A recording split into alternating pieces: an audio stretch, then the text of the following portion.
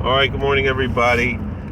I had a very interesting question yesterday at work, and I gave an answer, but did not really want to cite a reference, like a biblical reference to it, but I think I found something that could help, and I'm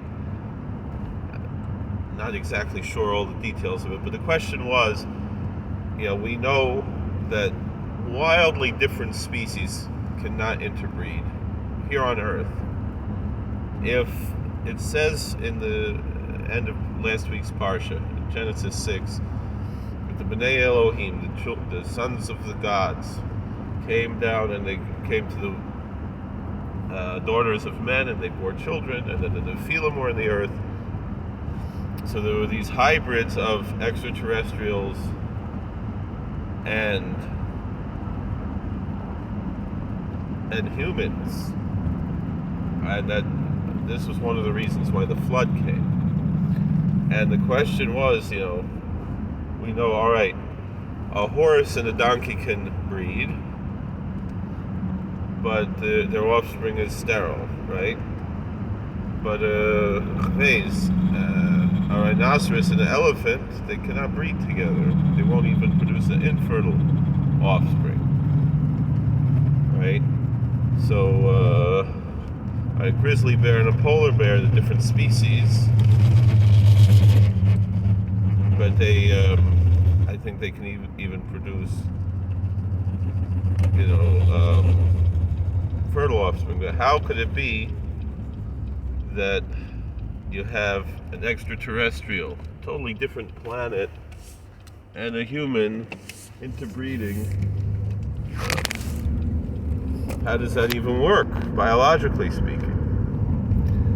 And what I had answered was, we were reading some articles from Rabbi Bart Sadok, and that's where we were coming to these questions. And the answer was that I had given for that point of history was that those extraterrestrials were of earthly origin. And they had left before Adam was created, other races of humans. And then once Adam was created, they came back. And the question is, where do we see that in our text, that there were humans before Adam? I don't have that directly here, although I think it might be somewhat hinted to here. But this is a Gemara that I just happened to learn right after, because every day I learn through Gemara, and I try to do a lot of, very quick Makiyas, go through a lot of pages, a lot of daf.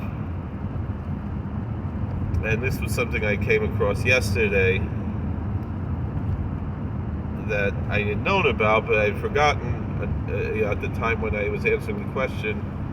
And so this is somewhat with a biblical reference where we can find, not directly, but somewhat indirectly, this idea. I'm Rabbi Yeshua ben Levi. Rabbi Yeshua ben Levi, Rabbi Joshua the son of Levi, says, when Moses went up to receive the Torah on high, the ministering angel said before God, Rabbeinu Shalom, Master of the universe, why is a human being who's born of a woman, or anybody who's born of a woman, doing among us, the ministering angels, to receive the Torah? So God told him Moses came to receive the Torah. So the angel said to him like this: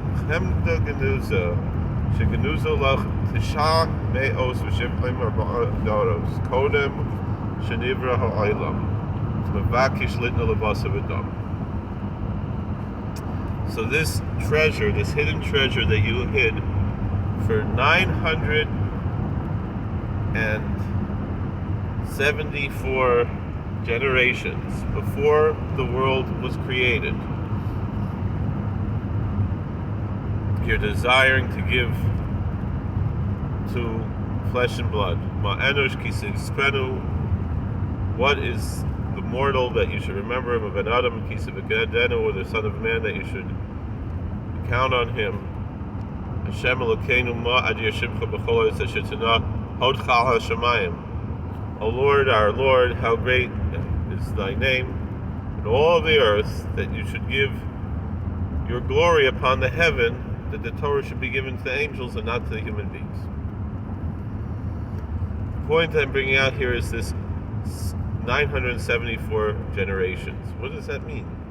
Before creation, there's 974 generations. Where does that come from? So Rashi brings, it says, B'lofim shana, b'alpayim shana shekadma Torah la'olam. The Torah is at least 2,000 years older than the world. Harasin doris halolu liboris, with these generations that were destined to be created. Shne'emar, as it says in Psalm 108, verse 8, Davar tilva lelafdor.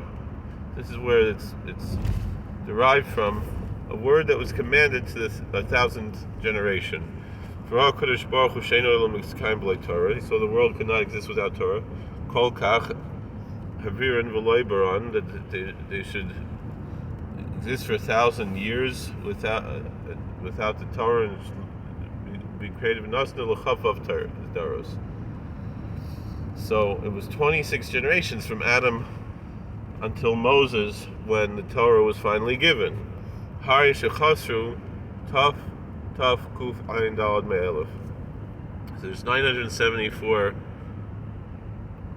missing of those generations. With 1,000 generations that God commanded the Torah, but it was given in 26 generations. That means that the Torah existed, was hidden for 974 generations before creation.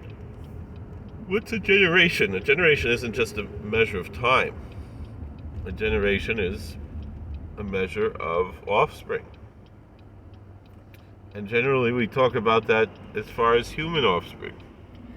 So that's really where this would be derived from, that before this creation there were other worlds, there were other civilizations and so forth that were destroyed. It could be, we talk about the lost city of Atlantis and things like that, which might fit in somewhere else, even within this history, even whether it's antediluvian, post-diluvian, anti-Monday or post-Monday, whatever it is. But from Adam is when we measure this, 5,784 years. But before Adam, it seems that there were other human races, other human civilizations going back, could be 20, 30,000 years. And that some of them became highly advanced. They saw that there's something was going to happen, the world was going to be destroyed. They left Earth and they started new civilizations on other planets and other places, in even within this solar system, on the moon and on Mars and other places. And then they returned, and they keep returning, whatever. But they evolved on a different path, so they might not look so much like us. Some do, some don't. But we're not talking about from other star systems necessarily beings that evolved or were created on other planets, but rather human beings that were created here. The difference with Adam is that Adam was given a human soul that these beings did not. But biologically they could breed with humans because they were of human origin, because there were 974 generations before Adam. So that's kind of where I'm bringing this up, that not all extraterrestrials, but certain extraterrestrials were of earthly origin. Now, there's a lot of things to point to that around 12,000 years ago, there was a major catastrophe where most of the megafauna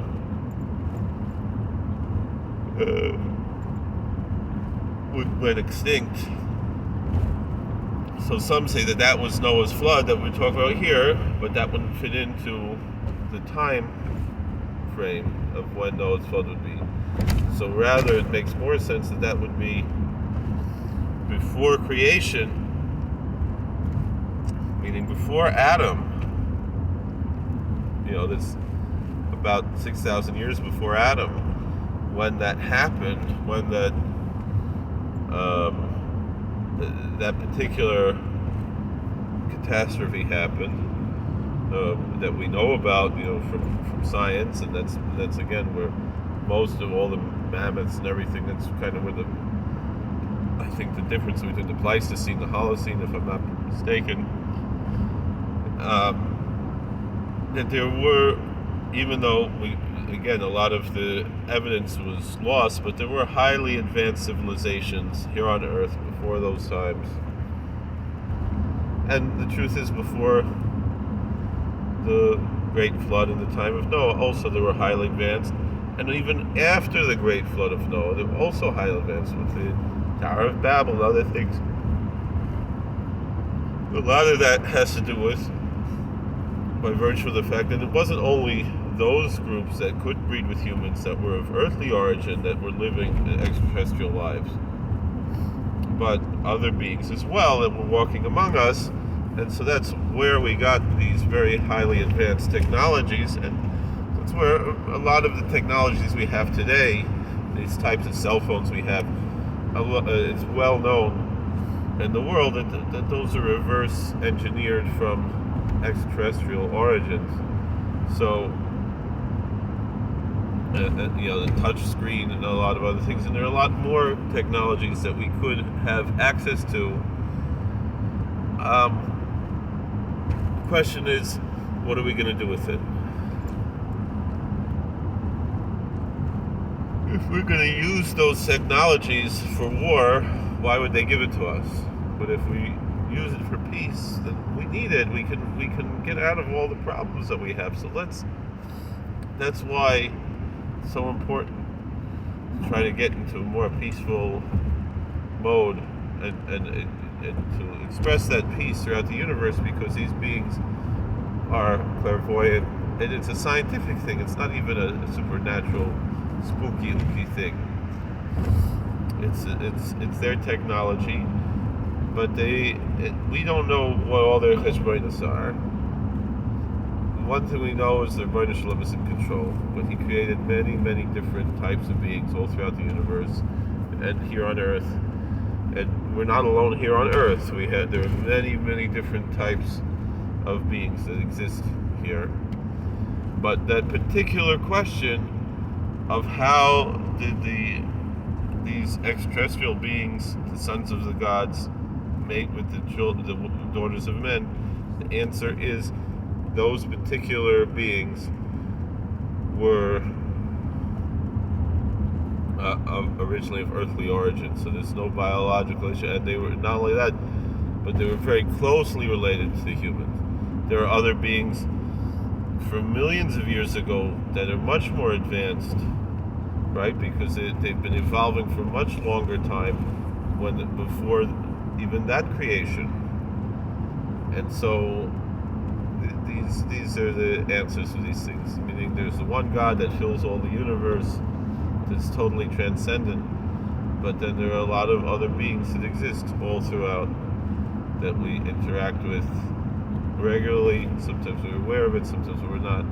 That's what we're talking about. Thank you for watching. God bless. Please like, share, subscribe, comment. We'll see you later. Alright, try this.